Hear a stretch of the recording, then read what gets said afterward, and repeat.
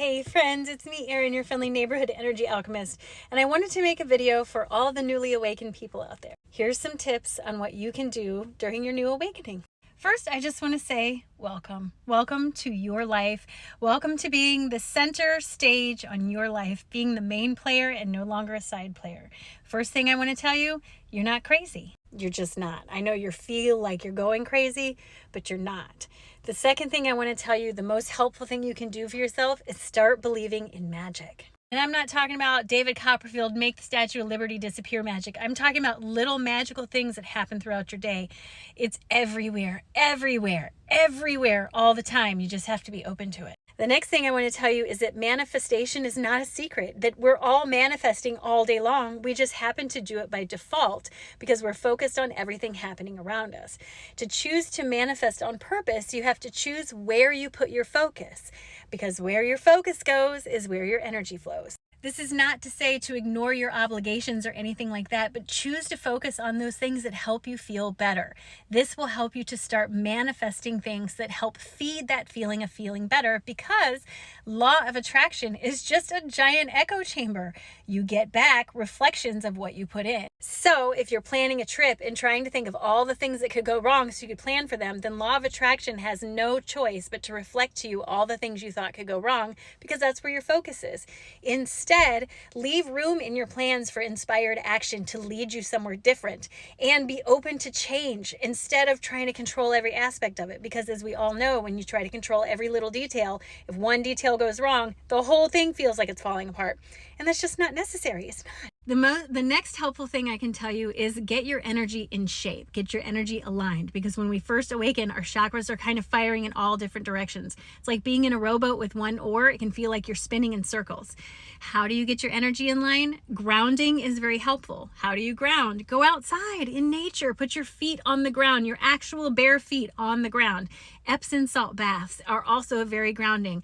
Listening to grounding music on YouTube, there's a ton of options for this, a ton.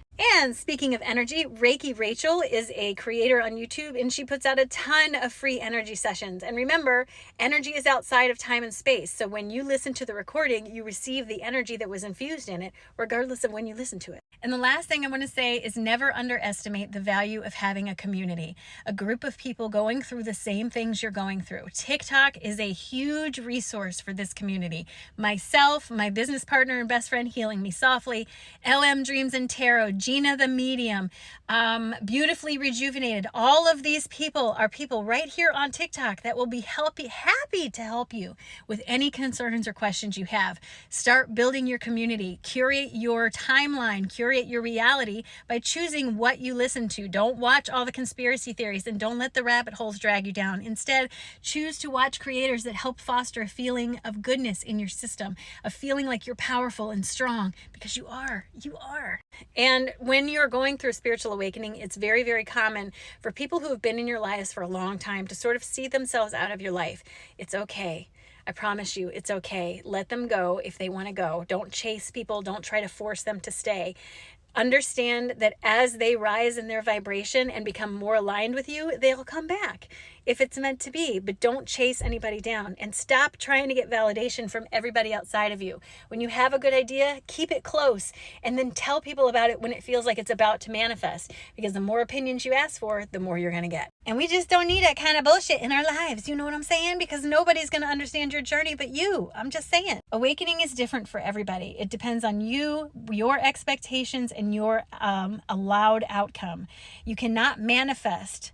Listen closely. You cannot manifest beyond your own expectations. So expect more. Expect magic. Expect goodness. Expect joy. Expect all the good things for yourself. This opens up that portal to manifestation. And remember, meditation is not about sitting alone in a dark room for hours trying to convince a busy mind to be quiet. It's about finding something that helps you feel authentically yourself. Creative expression is a great way to do that. Painting can be a meditation.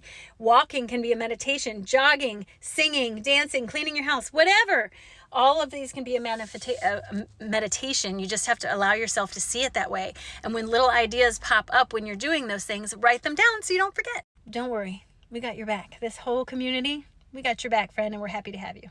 Welcome to your awakening.